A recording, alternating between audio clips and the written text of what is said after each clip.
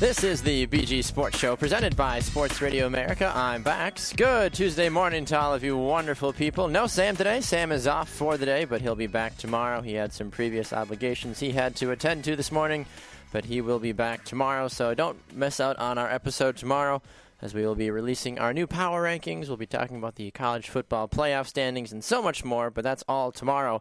Today, however, we've got a lot of great things to get to on the program. We'll be joined a little bit later on in the broadcast by Bleacher Report's David Kenyon, and we will be talking about what is going on with fantasy football this year.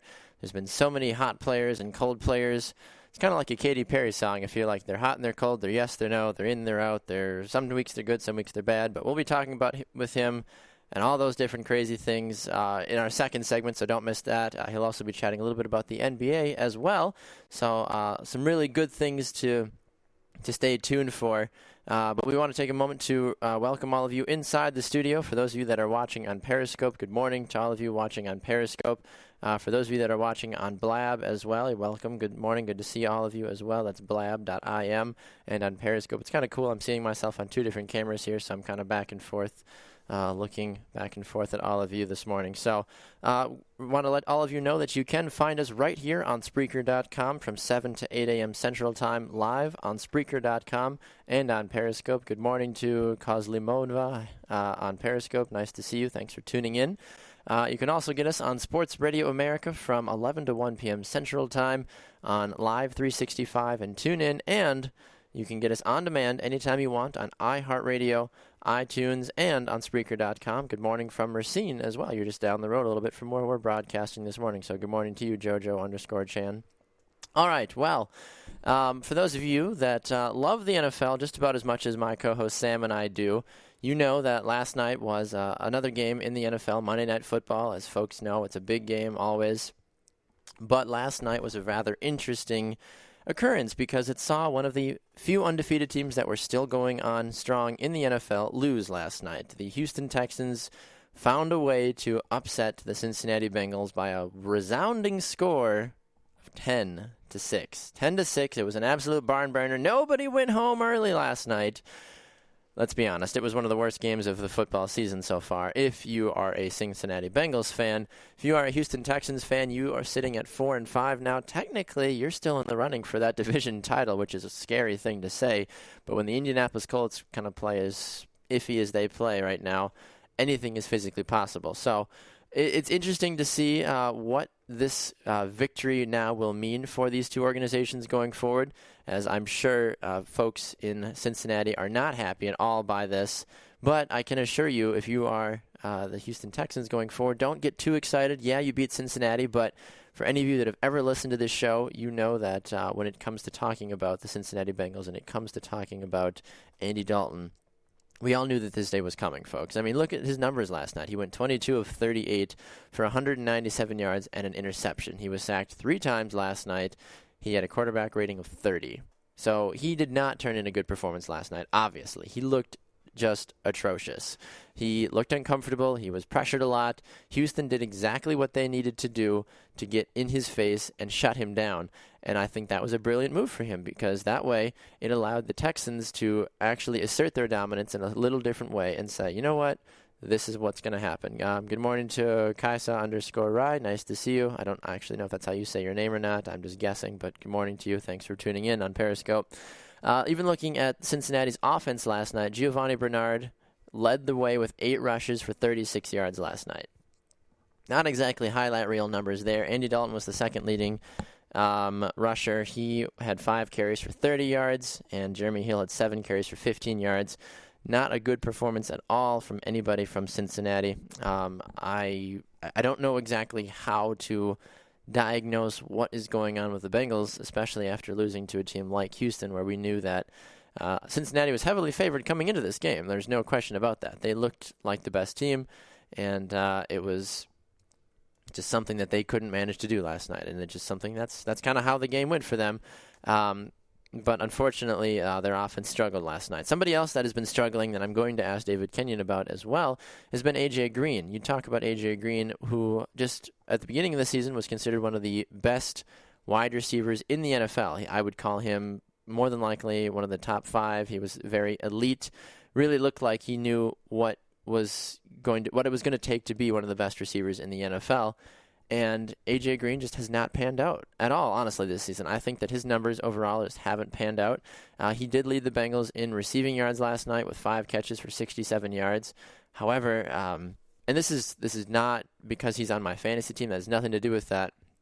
You just look at his numbers as a whole, and he just hasn't looked good at all this season. I mean, look at his totals this year. 55 catches for 769 yards and 4 touchdowns. Sure, that's not terrible, but that's not the A.J. Green that most folks, especially Bengal fans, know and love, because they're so used to A.J. Green being a dominant force up and down the sidelines that allows them to, score lots of points in bunches and really not have to worry about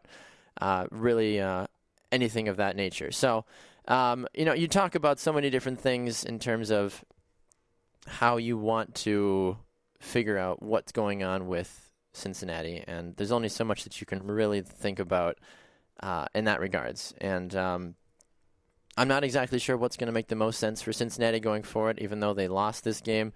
It's going to be one of those situations where they need to figure out who they are as a team now going forward, because even though you lose to the Texans, Cincinnati still is one of the best teams in the NFL from a record perspective. But now you look down the line, Cincinnati plays Arizona next week, and then they play the Rams, and they play the Browns, and they play the Steelers. So realistically, Cincinnati should win 3 out of those 4 games. I don't really see them finding a way to beat the Cardinals, especially with how hot the Cardinals looked on Sunday Night Football when they beat the Seahawks. Yes, they had some iffy moments, but I just have it kind of ingrained in my head that Cincinnati is going to struggle against Arizona.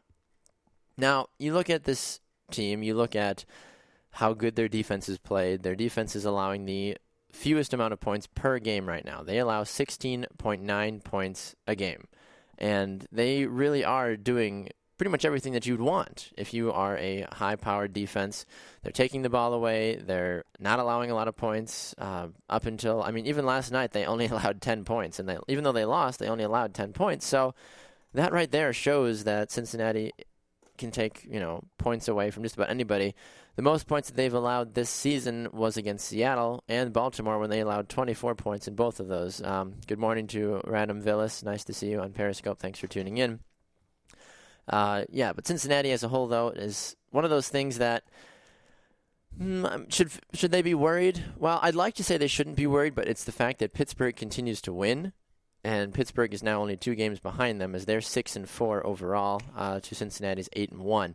That raises questions for Bengal fans saying, well, shoot, what are we going to do? They did beat Pittsburgh back a few weeks ago. They beat them 16-10, which does open up some questions. But does that mean that this is going to be something for Cincinnati fans to worry about, though, now that Pittsburgh keeps winning? I would be very scared if I'm Cincinnati, because traditionally everybody knows that Cincinnati has a hard time of closing out seasons, winning playoff games, and doing anything that really results in a lot of long-term success. So with Pittsburgh now winning their game on Sunday with their backup quarterback, quote-unquote backup quarterback with Ben Roethlisberger, he had a fantastic game. Now Pittsburgh puts themselves in a good position to find a way to get back on top of the division. So looking over at Houston, though, last night, Houston had himself a fairly good night, I guess, as a whole. They only turned the ball over once last night. Surprisingly, both teams had the same amount of total yardage and same amount of first downs as well. You look at Houston and Cincinnati; they both had 256 total yards last night through every offensive facet that you can think of, and then both teams had 16 first downs as well last night. T.J. Yates ended up being the quarterback that threw the game-winning touchdown to DeAndre Hopkins. They scored that with 14 minutes left to go in the fourth quarter, but the Bengals could not find time to get back and score. So if you are J.J. Watt and company, you've got to be pretty darn excited in terms of what it's like to, finally win another big game and try to continue to show that, hey, Houston is relevant. We've got a good team. You've got a good team, and it makes people that follow Houston semi-excited because, like, all right, we can go beat the Bengals. We must be able to get out there and actually take down some other people as well. Whether or not that actually ends up being the case, I don't know. I don't know if Houston actually has what it takes to be a division contender. Looking at what Houston has the remainder of the season, I mean, you talk about a team that kind of has a bit of an uphill battle. They play the Jets, then they go against the Saints, Bills, Patriots, Colts, Titans, Jaguars. Houston is technically tied for first place right now. Technically, they're in second, because they don't have a good overall divisional record like Indianapolis does. But Indianapolis and Houston are both 4-5 right now. And depending on if Indianapolis and Andrew Luck decide to start, forgetting how to play football again, which we saw them do for most of the season, Houston has a good opportunity to get back in there. The Jets team, you'd like to think the Jets would beat the Texans. However, with how kind of poor the Jets have been playing recently, it's a good opportunity for Houston to steal a victory there. We know that the Saints just fired Rob Ryan, their defensive coordinator, so they are definitely looking for an opportunity to get back to their winning ways, and I'm sure that Houston would like to get in on the party and finally take down the Saints as well and actually continue to get wins going on. So regardless of what ends up happening, it's going to be kind of a crazy finish to the rest of the season. I know that for NFL fans, they're going to be looking to see what Cincinnati does in terms of rebounding from this game. So I'm curious to know what all entails after that. So we are going to jump to a break. When we come back, we will have David Kenyon of Bleacher Report here with us. You're not going to want to miss it. We'll be back with more right after this.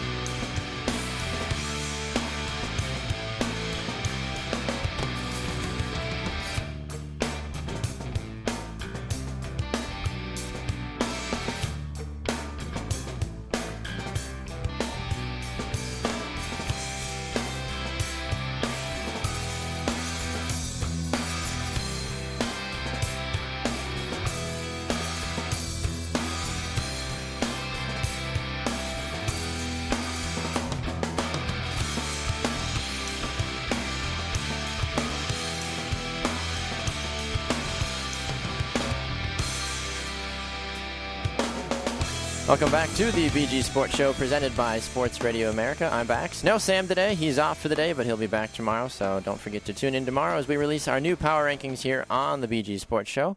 We'd also like to take a moment to remind all of you wonderful listeners out there that if you like listening to the BG Sports Show, that you can get us right here from 7 to 8 a.m. Central on Spreaker.com and on Periscope every Monday through Friday. You can also catch the broadcasts on SportsRadioAmerica.com, live 365, and tune in from 11 to 1 p.m. Central Time. Tell your friends. We love hearing from you guys, the listeners, and we love that you continue to listen to the show. All right, well, it is Tuesday, and that means we get to chat with Bleacher Report's David Kenyon and chat about fantasy football. So good morning to you, David. How are you? I'm doing pretty well. Thanks for having me. That's good, man. We're glad to have you back on the program. A lot of good things to talk about in the fantasy world. I feel like I should feel like I'm allowed to brag a little bit. I finally I beat you in fantasy this week, David. So I'm a little excited about that. But I was nervous down to the very end, and I'm glad that I finally got a victory. Yeah, I don't remember what happened. Running backs. Didn't get a lot of points from my running backs. That's okay. And then you had Adrian Peterson go off, so that'll work. Exactly. Yeah. No, I was very thrilled by my production from Adrian Peterson, but it was a hard-fought battle as well. So I appreciate you conceding this week and letting me win because you haven't lost in fantasy in quite some time in our league. Yeah, it was 6 in a row. My goodness, quite the run. Holy cow. All right, well, fantasy football as a whole for this upcoming week. David, who were some of the top performers this week? Man. First of all, Adrian Peterson. Absolutely. He had a tremendous game. Jeremy Langford, a little bit surprising against what should be a solid Rams defense at home, but of course that number is buoyed by his 80-yard touchdown catch. There were quite a few plays like that this week. Jeremy Langford, Sharkandrick West, and Matt Jones all just took little short passes and went through a bunch of bad tackling and had like 80-yard touchdowns. Yeah, I thought that was fantastic. There was a few different times. I mean, when I first saw that Matt Jones touchdown, I was like, holy cow, I'm like, that's going to be worth some good fantasy points, even like that Jeremy Langford one, as you mentioned as well. But it's passes like that, if you're a fantasy owner of any of those players, that you're just like, oh, wow, like, okay, I didn't quite expect that, especially from running backs sometimes. You're like, maybe they'll get, 4 or 5 catches for 40 or 50 yards, no big deal. You never expect your running back sometimes to get that screenplay that ends up going for a 60-plus yard touchdown, which was great, I'm sure, for fantasy owners this week. Oh, definitely. But otherwise, you pretty much had your usual suspects. Roethlisberger, although shocking that he played, was terrific. Antonio Brown is just an absolute monster. Absolutely. 10 for 139 and 2 touchdowns. Michael Floyd had a really nice day against the Seahawks defense. That Cardinals team, so good. So good. I really like what they're doing. I got the chance to watch the first half of that ball game, and I was like, okay, where has this Michael Floyd been for a long time? Because he looked really, really good. Yeah, he was hurt earlier this year, and now John Brown is hurt a little bit, and he scored a touchdown in 4 straight games now. My goodness. I'm curious to know your thoughts about the performance from Kirk Cousins from a fantasy perspective. Is this something that we're going to see him consistently do now the rest of the season? No. Now, this is a Saints problem. Let me just read off the last 4 games against the Saints. Let's see. I think that, Andrew Luck, 44 attempts, 333 yards, 3 touchdowns. Holy cow. Giants, 41 attempts, 350 yards, 6 touchdowns. Mariota and the Titans, 39, 371, and 4. And then Cousins, 25, 324, and 4. That's a Saints defense problem. My goodness. Yeah, and we saw that because Rob Ryan just got fired, too, recently. So that kind of solidifies the fact that there's nothing really positive going down. It's great that, the Saints offense was scoring a lot of points for a while and continuing to kind of get into some deep battles, but it's not exactly the type of production that you want consistently from your defense because it just allows for so many different possibilities of teams to come in and just cause havoc, basically. Oh, yeah, and Drew Brees, he's great, but, I mean, throwing 7 touchdowns is not sustainable. You can't throw 4 a week, and the Saints are giving up 40 points. You just can't win. Exactly. Yeah, speaking of defenses, I made the mistake, apparently, I didn't think it was going to be a mistake, but I made the mistake of starting the Denver Broncos defense this last week, and they only got me 1 point. It was not exactly the biggest or the most proudest I've ever been of that Denver defense, but you actually had the Kansas City defense, and how surprised were you to see the production from that Kansas City defense? Well, I was just doing what I had talked about before the season. I was streaming a defense, and I thought, all right, they had 3 picks on Manning the first time. I'll just bank on him throwing a couple. and I was working a basketball game, and I checked my fantasy team later that night, and I saw they had 20 points, and I was like, okay, so Manning had a problem today. Yep, exactly. And Yeah, I was watching highlights of that game, and he just looks rough. Yeah, no, I completely agree, and that's going to kind of help me lead into my next segment here, too, in terms of what you think is going to happen now with Brock Osweiler in terms of his fantasy value, and we also saw Nick Foles get benched in St. Louis as well. What fantasy value is left for either of those guys, if any? Well, Brock Osweiler, he's probably a pickup you want in a deeper league. If he's not on a dynasty team already, you definitely go pick up Osweiler because he is the future quarterback, assuming they re-sign him this offseason. Sure. Do you think they wouldn't? No, I think they will. It just depends on if Manning says, "Oh, I want to come back another year." Then again, the Broncos might just be like, "How about no?" Yeah, like, look, you've been great, but it's time for us to actually start winning again. But yeah, no, as long as they re-sign him as they're expected to do, Osweiler will be the quarterback in Denver. Okay. As for right now, from what I understand with the injury, Manning's injury, it's better to have fully torn plantar fascia than partially torn. Okay. Which I mean, I'm not a doctor. I cannot even begin to explain why that's a good thing. All I know with the injury is rest is the best medicine. Okay. Peyton does not want to rest. I guarantee you that. I mean, who would? It's probably the final 6 games of his career. More than likely. I'd hope for his longevity of his life, his body as a whole, I hope that it's probably the last 6 games of his career, honestly. Yeah, of course. But the point is, whether or not he wants to rest, that's a different story that we don't know. And I can tell you he should. It doesn't mean he's going to. Exactly. If Osweiler starts, he does have fantasy value if you're just searching for a quarterback and you're just really stuck. You could give Osweiler a shot. Otherwise, he's just going to be a dynasty kind of guy. I mean, I can't imagine he goes off for 300 yards and 3 touchdowns. I mean, you're better off having like a Blake Bortles, that kind of person. Agreed. The starter the whole time anyway. Yeah, exactly. And I mean, I've been thrilled enough to have Blake Bortles on my team, and I've been a little surprised, honestly, because Bortles has kind of become consistent in the fact that he throws 2 touchdowns and 1 interception every week. One to Allen Hurns, 1 to Allen Robinson, and then he's always good for at least 1 interception. Is Blake Bortles been one of those kind of fantasy football sleepers this season, would you say? I wouldn't say it's a sleeper. I think he's the prototypical example of the difference between reality and fantasy. Okay. Blake Bortles is a fine quarterback. He's okay. He's young. He's getting better. But in fantasy, you pencil him in for a couple touchdowns. You pencil him for about 200 yards, maybe 3, and he gets you 14, 16, 18 points, depending on how many interceptions he throws. Mm-hmm. And he's a great fantasy quarterback. On the field, he's an improving quarterback. Okay.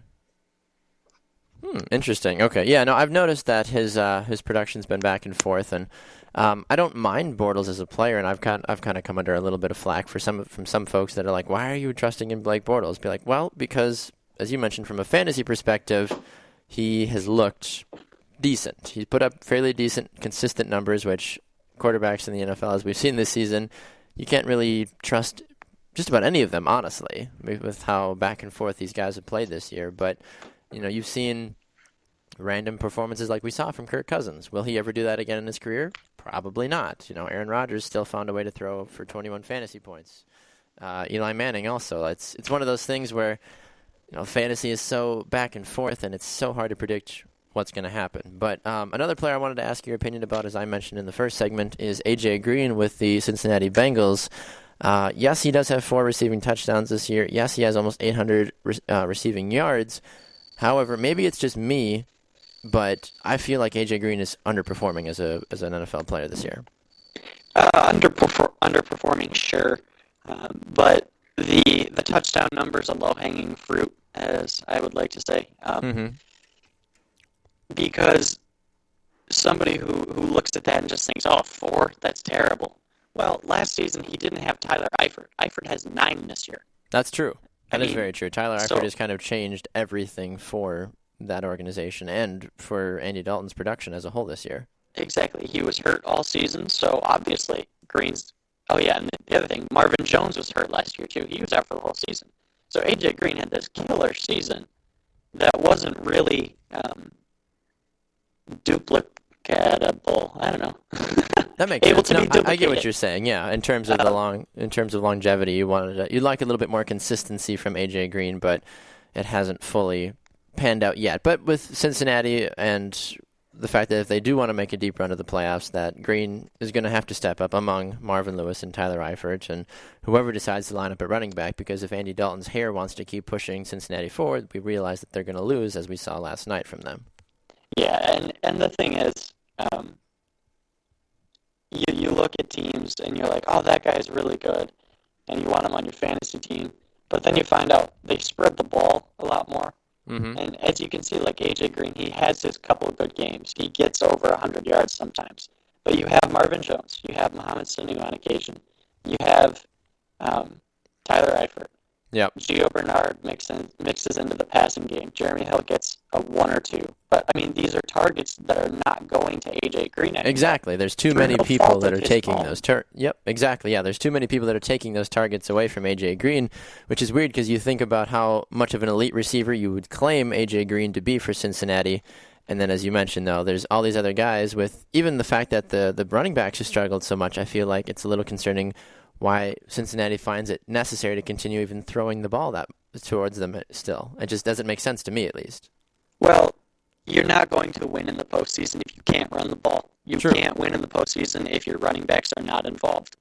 And so Cincinnati, they have to stick with the run. They have to stick with Bernard in those third down packages. Yep. And A.J. Green, he might not be a decoy, but, I mean, he demands so much attention that if he gets double covered, somebody else is open. There's a lot of talent on that offense. Absolutely. I completely agree with you on that one. All right, well, we need to jump to a break, but when we come back, David's going to be hanging out with us to chat a little bit about what's going on in the NBA as well, talk about those Golden State Warriors and even the San Antonio Spurs. The West is looking good as it always is, and the East, well, the East is all over the place. So don't go anywhere, folks. We'll be back with more right here on the BG Sports Show right after this.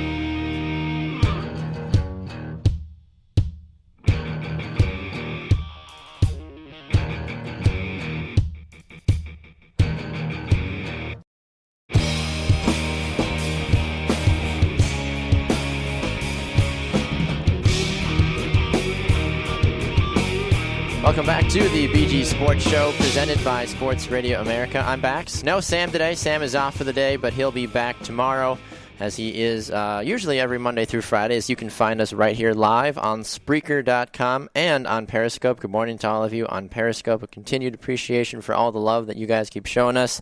Keep commenting and putting in your questions as well. I'm more than happy to continue to answer them. And also, if you have any basketball questions as well, we've got our basketball guy on the line, David Kenyon. We chatted with him in the first segment about fantasy football. Bleacher Report's David Kenyon is back with us. So good morning and welcome back to the show, David.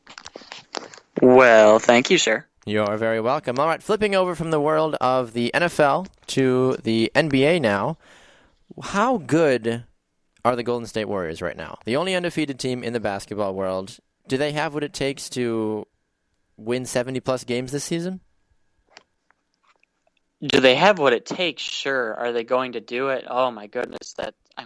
The West is so tough. It really is. I don't see how the Warriors do it. I think it was their owner who came out and said, I think it's impossible. I don't know if that was just like a little, go ahead, guys. Go try now. Yeah, exactly. My goodness. The West is just so tough. It really is. I mean, you look at some of the other teams, even just the top 5 in the West right now. San Antonio's 8-2, Dallas is 7-4, Phoenix is 6-4, and the Clippers are 6-4. I mean, everybody else kind of falls in accordingly, but even those top 5 teams in the West are pretty darn good in terms of that regards. Yeah, and Phoenix and Dallas, they're kind of jumping up there a little bit higher than people expected. I was going to say, I'm a little surprised by how Phoenix is playing this year. It's 3 weeks. The Suns made a lot of offseason moves that fit their team very well, including the trade at the end of at the trade deadline last season, picking up Brandon Knight. Yep. He and Eric Bledsoe look very good in the backcourt together. But I mean, then you get 6th and 7th place. You get the Thunder and the Grizzlies, and the Jazz are hanging around like I figured they would. Rockets are weird. Very strange start for the Rockets. Agreed. Yeah, that was one person. That was one team with Houston coming in at 4-7 right now at 11th place overall. I just feel like the production just hasn't been there from the Rockets after how far they went in the playoffs last season. It just seems like Houston, and I know you mentioned we're only 3 weeks into the season, so it's not time to press the panic button. It's not time to freak out if there are Rocket fans out there, but for some reason, though, Houston just hasn't gotten off to as big a start this season as folks thought they would do after how well they finished the season last year. Yeah, you factor in their finish, and then they had they picked up Ty Lawson, and so they're like, oh, okay. So I was like, oh, okay, so they've got their point guard now. Yep. Their pressure's off Harden. Patrick Beverley's a solid point guard, but he's defense first. And I thought Lawson could be that shoots some threes, makes some passes, play pretty good defense, and he's just been terrible. He really has been in the games that I've seen of him. It's a work in progress. It's 11 games with a new team. James Harden is the dominant scorer on the team. Rightfully so. I'd assume that James Harden would be the dominant scorer. I mean, through 11 games, he's averaging 27.3 points a game, 6 rebounds, and 5.8 assists. That's not too bad, and it's unfortunate that his team is still 4-7, regardless of that. But as we've seen last season with Oklahoma City, that Russell Westbrook literally had to put the entire state of Oklahoma on his back and carry them as far as he could. It wasn't enough. If it comes down to James Harden having to be the one guy that has to carry Houston the entire season, I have a strong feeling that this Houston team won't make the playoffs if that's what it comes to. Well, if Harden has to carry them, I think they'll still make the playoffs. It'll be a lower seed. But the biggest thing right now with Harden is he's shooting terribly. He's shooting 26% from 3-point, but still attempting 9.5 per game. Jeez. I mean, you can't do that. If you're not making threes at one point, he's a very good player off the dribble. Yes. Start going off the dribble more. And if teams want to give you the open threes, I mean, I don't understand how you give James Harden an open three. I don't know why you'd willingly want to do that. At some point, it's going to start falling. So once Lawson figures out his place, once Harden starts hitting some outside shots, I mean, they'll be fine. Absolutely. Be fine. No, yeah. So another team I'm curious to know about that I know you've got a little bit of experience in terms of covering over the last few years has been the San Antonio Spurs. They're 8-2 right now in the West. What have you seen from the Spurs so far this season that might indicate that this could be a team that makes another deep run in the playoffs? Man, just Greg Popovich in general, as a coach, his style is just fascinating because I was reading something last week where, they get LaMarcus Aldridge this offseason, and they have to work Aldridge into the Spurs system. And Popovich said right now, I'm just watching. I'm not coaching. Just watching. He's just letting Aldridge do it on his own. The quote paraphrased was, LaMarcus has to do so much right now anyway. Why does he need me coaching? Mm-hmm. And it just makes you take a step back and you're like, holy cow, that's totally right. Yeah. I mean, like, what else you expect him to do? Aldridge doesn't make the extra pass, and he knows it. Aldridge, you didn't make the extra pass. Thanks, coach. I know. Like, he's got it. And that's the thing is, most of all, Kawhi Leonard is whoa. Wow. Holy cow. He's taken a leap, not just a jump. He is beyond the threshold needed for elite if he keeps this up. Holy cow. He scored 19 points and added 9 rebounds in their last game. Oh, yeah. And he's averaging 21, 8, and 2 steals a game. I mean, he's amazing. He's just amazing. Now, refresh my memory with Kawhi Leonard. He hasn't been in the league terribly long. Am I correct about that? No, he has been in since 2011. Okay. The Spurs traded for him on draft day. And he's been a big part of the team, but not at this level. Yeah, and that's one of those things that I've been following San Antonio just a little bit this season, just because the Spurs are always a fun team to keep a general idea of what's going on with them. But yeah, I've noticed Kawhi Leonard's numbers continue to jump and jump and jump, and I'm like, wow, what's going on here? And I look and I'm like, wow, this kid's only 24. He's playing at a high level, and if you can stand out on a team like San Antonio, you definitely have a good opportunity to continue to make a good name for yourself, because if you can get the endorsements of guys like Tim Duncan, Tony Parker, and Manu Ginobili behind you, those are 3 pretty big royalty names in the NBA's recent history. So if those guys get on him in terms of production, in terms of how well he's playing, that might be a big boost for Kawhi Leonard going forward. Yeah, and the coolest thing about the Spurs really is Ginobili, Parker, and Duncan have all said this to the form of David Robinson passed the torch to Tim Duncan, who gave it to Manu Ginobili, who gave it to Tony Parker, and now Parker's like, oh, this is Kawhi's team now. No, it's fine. This is Kawhi's team. And It's just so selfless and a seamless transition. And, I mean, he's a 24-year-old star. Yeah. Parker's and I think if you can be 24, if you can be 24 and have the keys to the San Antonio Spurs offense basically handed to you, you're going places with your career. Oh, absolutely. And then, oh yeah, by the way, they have LaMarcus Aldridge. Oh, yeah, that guy. So this team is, I want to see the Warriors and the Spurs in the conference finals. I wanted it last year. I mean, that series will just be one of the most fun things we've ever seen in basketball. I absolutely agree. Now, David, aside from what's going on with San Antonio and Golden State, what other teams or news stories around the NBA should fans be keeping an eye on this upcoming week? Well, this week in general, I mean, you're just looking at teams to crawl out of their hole a little bit, or to see what other teams are made of. Like the Detroit Pistons, they're kind of fun. Yeah, I like them, and they play the Cavaliers tonight, actually. So, you get Detroit at home against LeBron James and Kevin Love, and I think that's a fun game. One team to watch that I was extremely high on this offseason, but injuries have just destroyed them.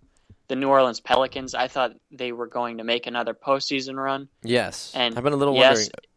It's only been 3 weeks, but 1-9 is a little tough. Yeah, it's hard to dig yourself out of that big a hole right away.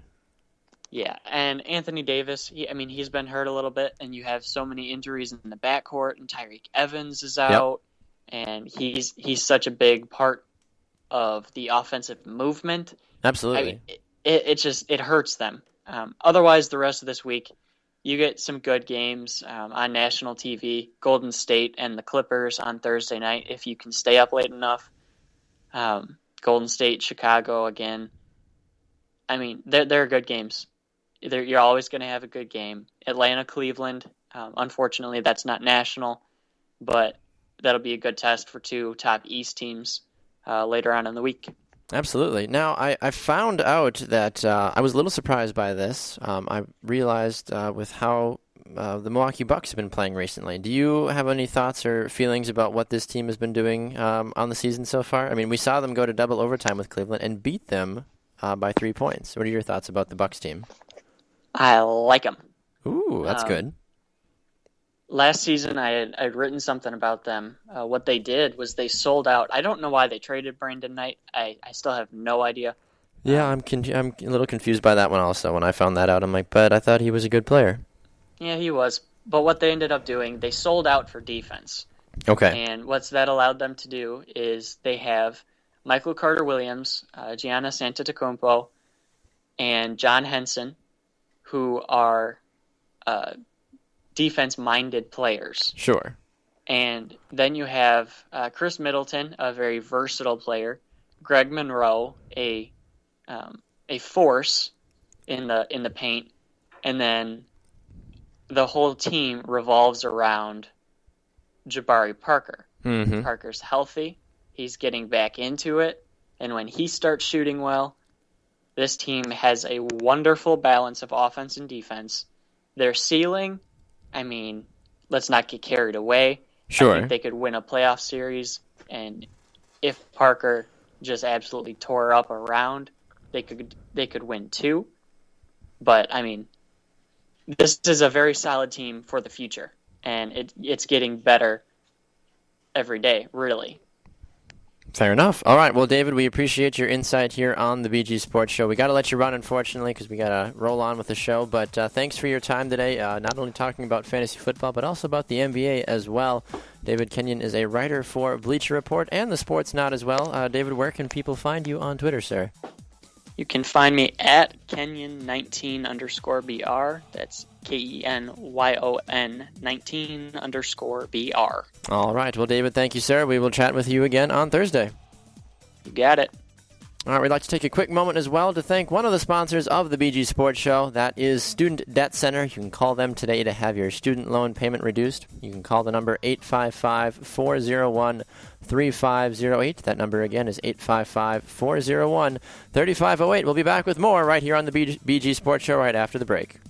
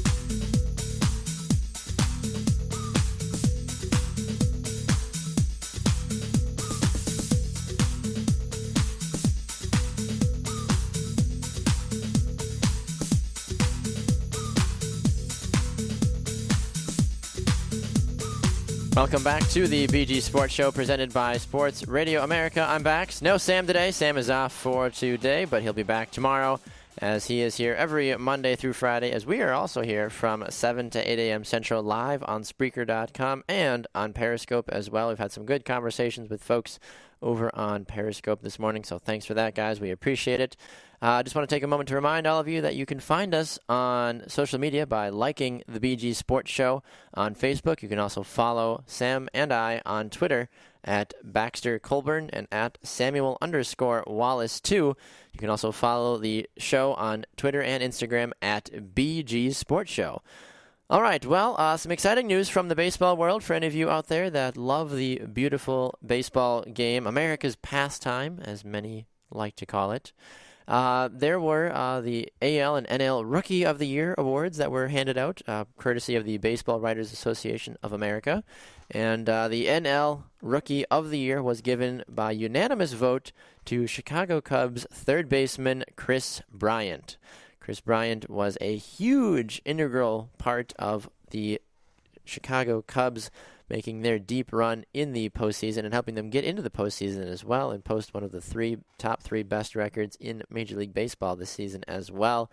Matt Bryant was able to beat out the likes of San Francisco's Matt Duffy and Pittsburgh's Young Ho Kang as well, among others. But he is the 20th rookie in the history of the award to sweep the voting since it debuted back in 1947.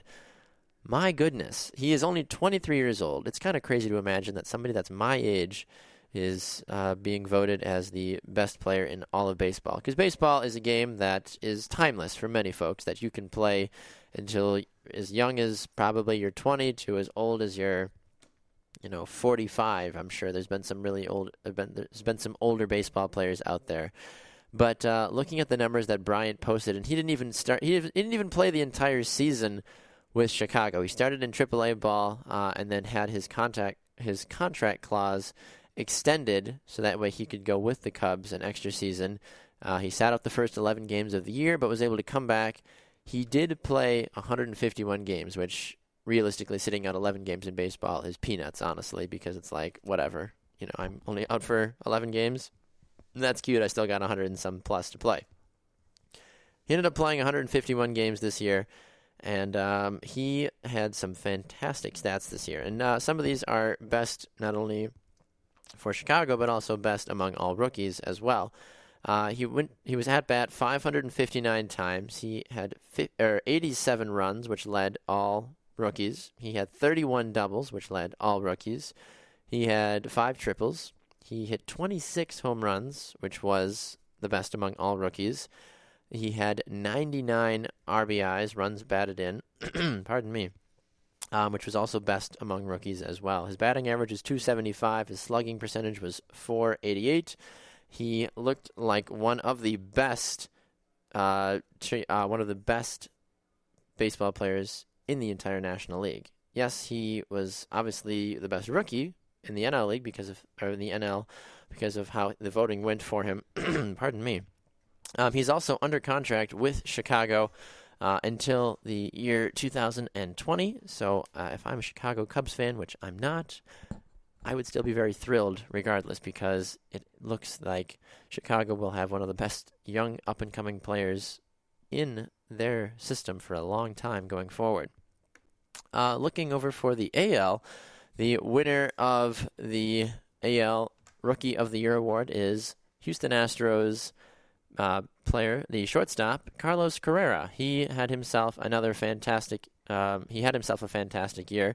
He, as we mentioned, will be the Rookie AL winner. Correa edged out I can't speak this morning. Correa edged out Cleveland Indians shortstop Francisco Lindor by only 15 points. However, Correa still ended up winning. He was a huge part of the Astros making that deep playoff run that they had as well. So you can see 2 young rookies really being a crucial part of how their team had success going forward. Now, you thought Kris Bryant was young with him being 23. Correa is 21.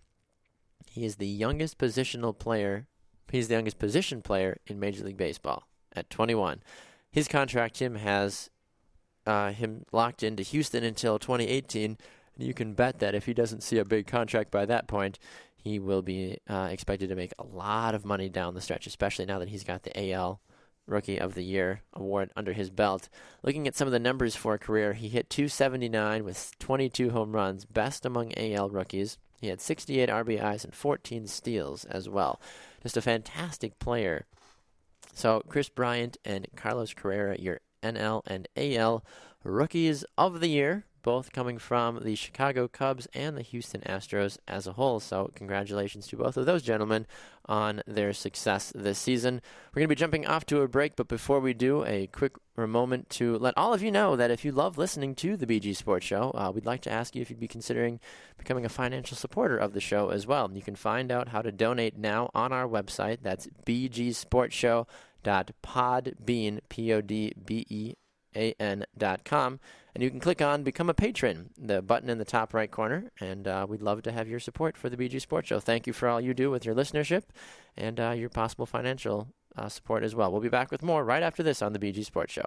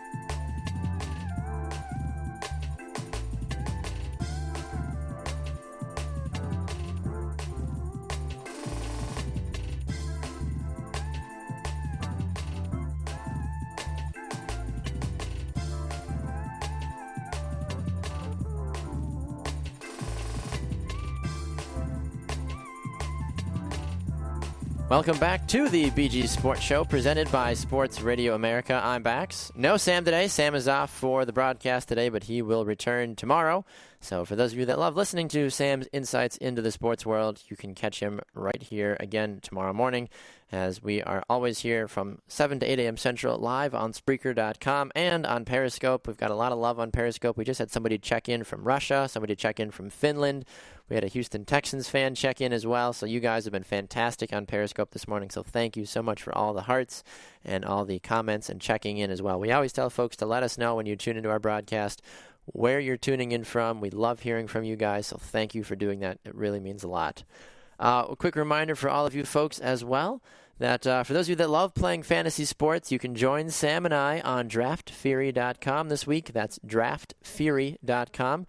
You can sign up today and play for free and have your first deposit matched up to $1,000 when you use the promo code BAX. That's BAX on DraftFury.com. You can join Sam and I as we host an NFL Pick'em game this week. You can find out all the details on our Facebook page, The BG Sports Show. That is DraftFury.com. All right, well, one of the things that I need to talk about before we zip-zap out of here today is the amount of quarterbacks that are being benched in the NFL right now. How crazy is this that we keep seeing different quarterbacks being benched? We saw Colin Kaepernick get benched a few weeks ago. No real surprise by that. Blaine Gabbert stepped up and's like, I got this. What a great game that they had. San Francisco won, actually. How crazy is that without Colin Kaepernick? More than likely, Colin, he's getting kicked out of Dodge this next season. Peyton Manning is being benched, but he's also hurt as well, so it was a mixed blessing for Denver. Brock Osweiler is going to be starting. And then Nick Foles down in St. Louis is getting benched as well. And we look like it's going to be Case Keenum. That's right. I couldn't think of his name. Case Keenum's going to be the starting quarterback for the Rams. And it's going to be rather interesting to see what happens with all of these guys going forward. Now, looking at each of these situations individually, the 49er season is done. Not even really worried about, honestly, the fact that Colin Kaepernick got benched. You know, it's a good thing. I feel like Blaine Gabbert going forward is going to be a good opportunity for Blaine Gabbert to showcase the abilities that he has for the 49ers, because Blaine Gabbert could be a starting quarterback with the right personnel around him and with the proper training around him as well. We saw what he did in Jacksonville. He didn't look very good, honestly, down there, but that was also Jacksonville. San Francisco, I would consider them a better team. Not by much. Maybe this year Jacksonville might be the better team. Regardless, it looks like Colin Kaepernick will be gone at the end of this season, which is fine. I think he could probably find his way to Philadelphia or Cleveland or some other team that probably wants to spend a lot of money on a quarterback that's mobile. For Manning, 1 to 2 weeks, possible foot injury, whatever. It's fine. He's old. Peyton Manning's 39, for God's sakes. I don't know what you want from Peyton Manning at this point in his career. Romaine _281, you say Houston needs him. Are you talking about Colin Kaepernick, or who are you talking about? Because if you think that Colin Kaepernick could go to the Texans, it's not a bad idea, honestly. I'd be interested. Yes, that's what you're talking about. Okay. Colin Kaepernick to the Texans, not a bad idea. I mean, I haven't been thrilled by what Brian Hoyer's done this year. I'm sure you haven't been either. You had Ryan Mallett. You guys cut Ryan Mallett. TJ Yates had to come into the game and throw the game-winning touchdown. I'm not really thrilled by anything Houston's got going on. Colin Kaepernick down in Houston's not a bad idea. I kind of like it, actually, so I appreciate the recommendation. Now, looking over in St. Louis, it's a little surprising because St. Louis and Philadelphia had that big old trade in the offseason where Nick Foles and Sam Bradford got traded from Philly and St. Louis, respectively, to their new teams. Sam Bradford is out with an injury this week after injuring his left arm, so Mark Sanchez will be in for the next couple of games. Sam Bradford is going to be out 1 to 2 weeks, potentially, depending on how quickly his arm recovers. And Nick Foles just hasn't been playing well. For those of you that watched the Green Bay-St. Louis game, Nick Foles threw 4 interceptions. St. Louis basically gave that game to Green Bay because Green Bay didn't deserve to win that game. That's completely irrelevant to the conversation right now. However, if I am Case Keenum, I'm realizing that this is a good opportunity to step in and possibly win and prove that I am the best quarterback that St. Louis has at their disposal right now. For those of you that know, Case Keenum spent 2 seasons with the Houston Texans. He went 2-8 in the games that he started. He threw 11 touchdowns and 8 interceptions.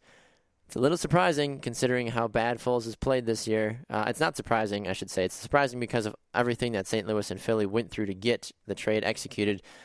It is surprising with how poor Nick Foles has played as a whole, though. I mean, he has 7 touchdowns, 6 interceptions, and 5 fumbles, and the Rams are 4-5 right now. Those are not high-caliber, possible playoff numbers where folks thought that it could be a good opportunity for St. Louis to do that this year.